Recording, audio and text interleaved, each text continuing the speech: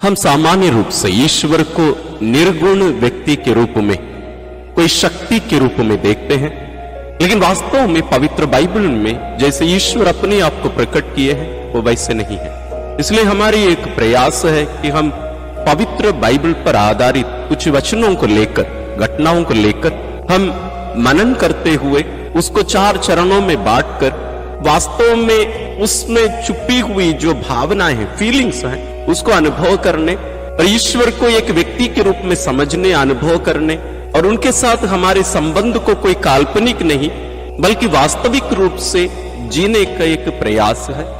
ये मनन चिंतन एक निर्धारित समय, निर्धारित स्थान, ये बहुत जरूरी है, क्योंकि जब तक हम ईश्वर को वो विशेष समय और विशेष स्थान निर्धारित नहीं करेंगे उसका फल हमें पूर्ण रूप से नहीं मिलेगा। और आप अपने साथ जरूर अपना पवित्र बाइबल, डायरी, पेंसिल और पेन, इतने 4 चीज अपने साथ जरूर रखिएगा। और मैं आपसे अनुरोध करूंगा आप अपना मोबाइल जो आप यूज कर रहे हैं इसके लिए, सुनने के लिए, उसको छोड़कर और उसको भी आप म्यूट करेंगे और उसमें यदि डू नॉट डिस्टर्ब बटन यदि होगा उसको क्लिक कर दीजिए ताकि आपको बाहरी कोई डिस्टरबेंस आपको ना आए। तो आइए हम प्रारंभ करते हैं। हम अपनी आंखों को बंद कर लें, हम अपने आप को ईश्वर की उपस्थिति में रखें। ये प्रार्थना हम ईश्वर के साथ कर रहे हैं, ईश्वर की उपस्थिति में कर रहे हैं। हम उनकी सुनने वाले हैं और उनसे हम बात करने भी वाले हैं। यहां हम कोई मनुष्य से नहीं। इस सच्चाई को ध्यान में रखें, अपने आप को ईश्वर की उपस्थिति में रखें। एक बार ये फिक्स हो जाता है, वास्तव में हमारा ध्यान उधर नहीं जा सकता। वास्तव में इस वीडियो के अंतराल में करना थोड़ा कठिन हो सकता है, आप अन्य समय में भी इसको कोशिश करिएगा। आइए हम शुरू करते हैं। पिता और पुत्र और पवित्र आत्मा के नाम पर आमीन।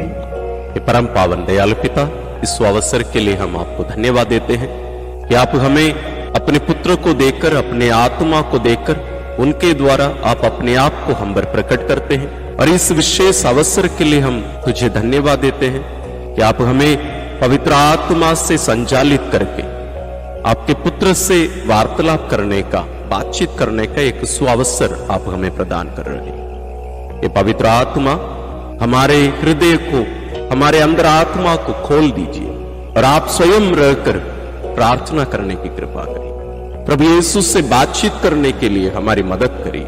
हे प्रभु यीशु, हम दृढ़ विश्वास के साथ यहाँ उपस्थित हैं कि आप हमारे साथ हैं, हम आपसे बात करने वाले हैं। आप हमें बुलाए, यह आपकी इच्छा है। आपने हमें बुलाया, मुझे बुलाया, इसलिए मैं तुझे धन्यवाद देता हूं। मैं कृपा दीजिए कि मैं इसमें पूरे दिल, मन, हृदय से मैं भाग ले सकूं, केवल दिमाग से। एक हमारी प्यारी मां सभी संतों, स्वर्गदूतों हमारी सहायता करिए। हम ये प्रार्थना करते हैं अपने प्रभु क्रिस्त के द्वारा, आमीन। आज के मनन चिंतन के लिए जो पाठ लिया गया है वो है संत लूकास रचित सुसमाचार अध्याय 9 पद संख्या 18 से 27। अपने बाइबल में ले लीजिएगा, लूकास अध्याय 9 पद संख्या 18 से 27। ईसा किसी दिन एकांत में प्रार्थना कर रहे थे और उनके शिष्य उनके साथ थे। ईसा ने उनसे पूछा, मैं कौन हूं? इस विषय में लोग क्या कहते हैं? उन्होंने उत्तर दिया, यूहन्ना बपतिस्ता, कुछ लोग कहते हैं एलियस और कुछ लोग कहते हैं प्राचीन नबियों में से कोई पुनर्जीवित हो गया है। ईसा ने उनसे कहा, और तुम क्या कहते हो कि मैं कौन हूं? पेतरुस ने उत्तर दिया, ईश्वर के मसीह। उन्होंने अपने शिष्यों को कड़ी चेतावनी दी कि वे यह बात किसी को भी नहीं बताए। उन्होंने अपने शिष्यों से कहा, मानव पुत्र को बहुत दुख उठाना होगा, नेताओं, महायाजकों और शास्त्रियों द्वारा ठुकराया जाना, मार डाला जाना और तीसरे दिन जी उठना होगा। इसके बाद ईसा ने सबों से कहा, जो मेरा अनुसरण करना चाहता है वह आत्मत्याग करे और प्रतिदिन अपना क्रूस उठाकर मेरे पीछे हो ले, क्योंकि जो अपना जीवन सुरक्षित रखना चाहता है वह उसे खो देता है, और जो मेरे कारण अपना जीवन खो देता है वह उसे सुरक्षित रखेगा। मनुष्य को इससे क्या लाभ यदि वह सारा संसार तो प्राप्त कर ले लेकिन अपना जीवन ही गवा दे या अपना सर्वनाश कर ले। जो मुझे तथा मेरी शिक्षा को स्वीकार करने में लज्जा अनुभव करेगा, मानव पुत्र भी उससे स्वीकार करने में लज्जा अनुभव करेगा जब वह अपने पिता तथा पवित्र स्वर्गदूतों की महिमा के साथ आएगा। मैं तुम लोगों से यह कहता हूं, यहां कुछ ऐसे लोग विद्यमान हैं जो तब तक नहीं मरेंगे जब तक वे ईश्वर का राज्य ना देख लें। आप इसको एक दो बार और जोर से पढ़ लीजिएगा, मतलब आवाज आपको सुनाई देना चाहिए, मन ही मन नहीं, क्योंकि जब हम सुनते हैं हम बेहतर कुछ समझने लगते हैं। इसलिए आप इसको म्यूट कर लीजिएगा और एक बार इस पाठ को पढ़ लीजिए। मनन चिंतन। सच्चे दोस्त कभी भी सच्चाई को छुपाते नहीं, कभी भी वे मस्का नहीं लगाएंगे, कभी हमें खुश करने के लिए कुछ झूठ नहीं बोलेंगे। उसी प्रकार यहां एक एक्सचेंज, वास्तव में एक घनिष्ठ एक्सचेंज चल रहा है। यहां स्वयं ईश्वर अपने शिष्यों से एक प्रश्न पूछते हैं, मैं कौन हूं? अब जस्ट उस वातावरण को, उस घटना को वास्तव में अनुभव करके देखिए। वो भी प्रभु प्रार्थना करने के लिए बैठे हैं, प्रार्थना के समय में ही अपने शिष्यों से पूछ रहे हैं, लोग क्या कह रहे हैं मेरे बारे में, और उसके बाद में पूछते हैं तुम क्या कहते हो, मैं कौन हूं? और उसके बाद में जब पेतरुस उनकी सच्चाई को प्रकट करते हैं, वास्तव में ये उनके पिताजी हैं, यानी ईश पिता है, यानी प्रभु यीशु के पिताजी हैं, जो संत पेतरुस पर इस सच्चाई को प्रकट किए।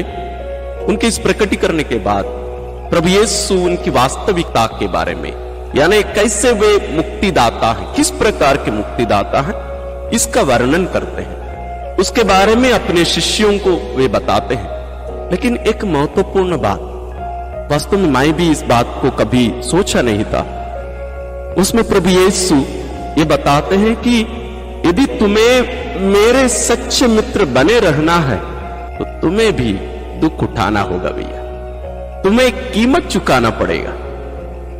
यहां केवल कुछ खुशी, आनंद, शांति मिलने वाला नहीं है मेरे साथ तुम्हारे संबंध में। मसीह का होने का अर्थ, यीशु का होने का अर्थ यह होने वाला नहीं है कि तुम्हें सुख ही सुख मिलेगा, तुम्हें शांति मिलेगी, तुम्हें हमेशा सब कुछ अच्छा मिलेगा।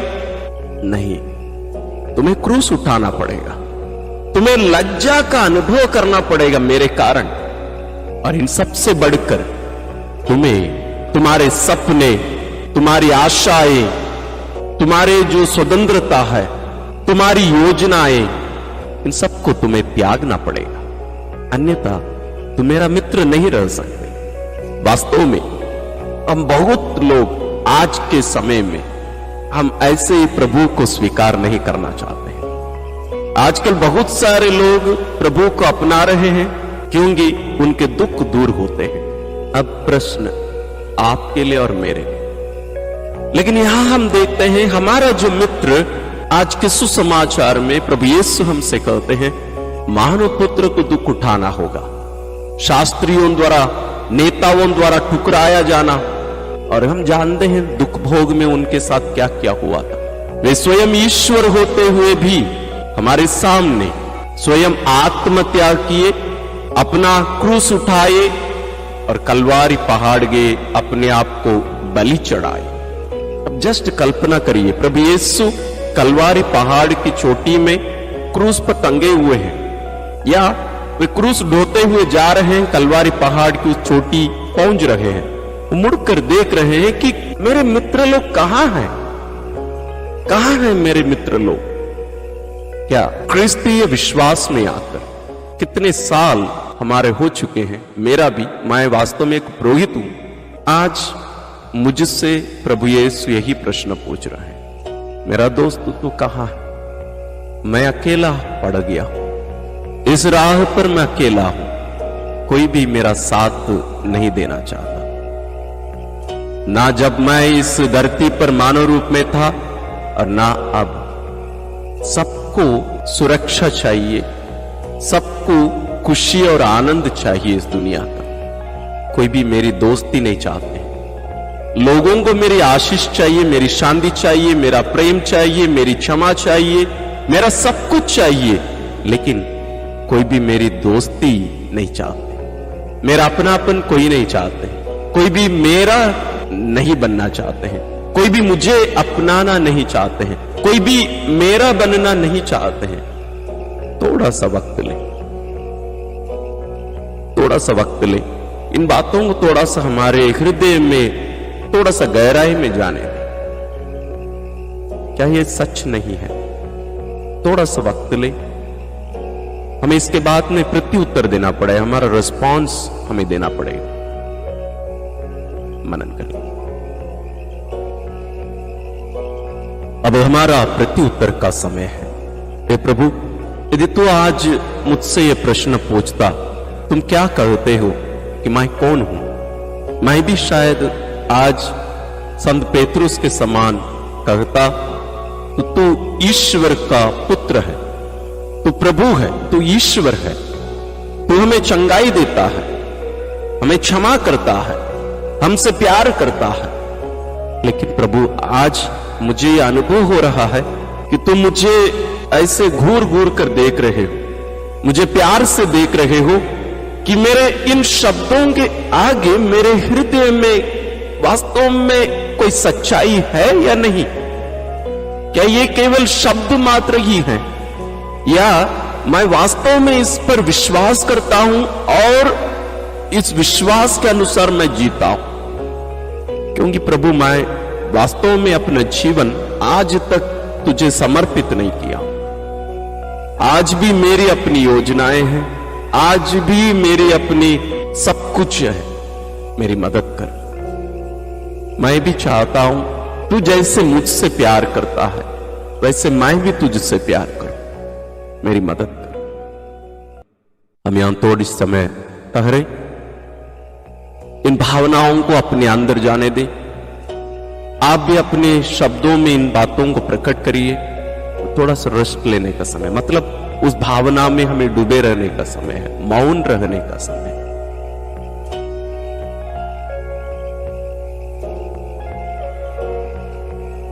अब हमारी वास्तविकता को प्रकट करने का समय है, मतलब प्रार्थना करने का या मांग करने का समय है। हे प्रभु, तू मुझसे क्या चाहता है? जरूर मेरी शक्ति से शायद संभव नहीं होगा, लेकिन तेरी सहायता से मैं ये सब देने की कोशिश करूंगा। तुम मुझसे जो चाह और जहां तुम मुझे ले चलना चाहता है, मैं उस राह पर चलने के लिए तैयार हो जाऊं।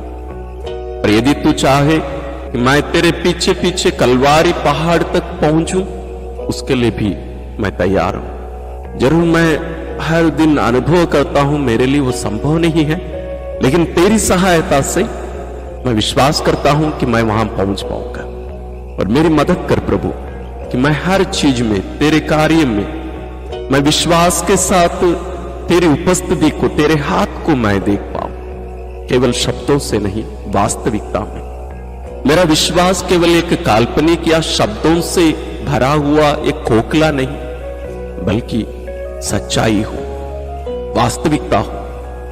और मेरी मदद करिए कि मैं तेरी इच्छा को जान सकूं और उसको पूर्ण रूप से गले लगाकर पूरे विश्वास के साथ मैं अपने आप को पूर्ण रूप से भूलकर तेरे हाथों में अपने आप को देते हुए हर परिस्थिति में, जैसे तू पिता की इच्छा पूरी करने के लिए अपने आप को दिया, वैसे मैं भी अपने आप को दे सकूं। हे प्रभु, मेरे विश्वास को बढ़ा दे, मेरे विश्वास को गहरा कर दे। यहां आप पॉज करके थोड़ा सा और ज्यादा गहराई में जाने की कोशिश करिए। अब हम चौथे चरण में पहुंचते हैं, संकल्प या निर्णय लेने का समय। यहां हमें कुछ प्रश्न पूछने की जरूरत है कि आज की इस प्रार्थना के द्वारा प्रभु यीशु मुझसे क्या क्या मांग कर रहे हैं, वो मुझसे क्या चाहते हैं वास्तव में। ये हवा हवा में नहीं, मेरे दैनिक जीवन में, आज के परिवेश में, आज के दिन मैं इसके लिए क्या क्या कर सकता हूं, जहां मैं प्रभु यीशु को स्वीकार कर सकूं लोगों के सामने, और मेरे दैनिक जीवन के दुखों को मैं उठाकर प्रभु के पीछे पीछे चल सकूं।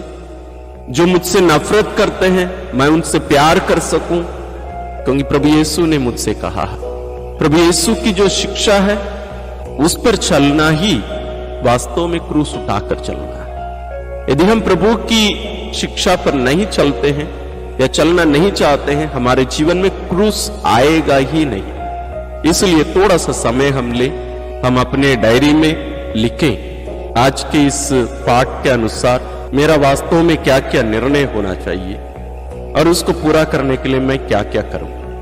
आइए हम प्रार्थना करें। हे प्रभु यीशु, आज के इस विशेष अवसर के लिए मैं तुझे धन्यवाद देता हूं। तू हमें यह अवसर प्रदान किए कि हम तेरे वचनों को सुन सकें, तेरी बातों को सुन सकें, और हम भी वास्तव में तेरे साथ वार्तालाप कर सके, हमारे दिल की गहराई से हम बात कर सके, हम वास्तविकता को जान सके। इसके लिए एक सुअवसर आज तूने हमें प्रदान किया, इसके लिए हम तुझे धन्यवाद देते हैं। मेरे प्रभु हमें कृपा दीजिए कि हम हर दिन अपने दैनिक क्रूस उठाकर तेरे पीछे चलने वाले एक सच्चा मित्र, एक अच्छा मित्र मैं बन सकूं, तेरा सच्चा साक्षी बन सकूं, एक सच्चा पुरोहित, एक सच्चा क्रिस्तीय, और विशेष रूप से कलीसिया के एक सच्चा सदस्य, तेरे शरीर का एक सच्चा सदस्य मैं बन सकूं, ताकि मेरे द्वारा लोग तुझे जान सके। हम ये प्रार्थना करते हैं अपने प्रभु क्रिस्त के द्वारा, आमीन। प्यारे भाई और बहनों, इस अवसर के लिए हम ईश्वर को धन्यवाद दें, और मैं विश्वास करता हूं यदि आप पूरा इस पर मनन किए हैं, जरूर आप अपने जीवन में इसके फर्क को अनुभव करेंगे, देखेंगे। तो इसलिए मैं आपसे अनुरोध करता हूं कि आप अपने प्रियजनों के साथ में भी इसको शेयर करने की कोशिश करिए। और विशेष रूप से चालीसा के समय में हम लोग प्रभु यीशु के दुख भोग और पुनरुत्थान तक हम इसको जारी रखेंगे। हर दिन आप भी इसमें शामिल होइए और दूसरों को भी शामिल होने के लिए प्रोत्साहन दीजिएगा। ईश्वर आप सबों को विशेष आशीष और अनुग्रह प्रदान करें।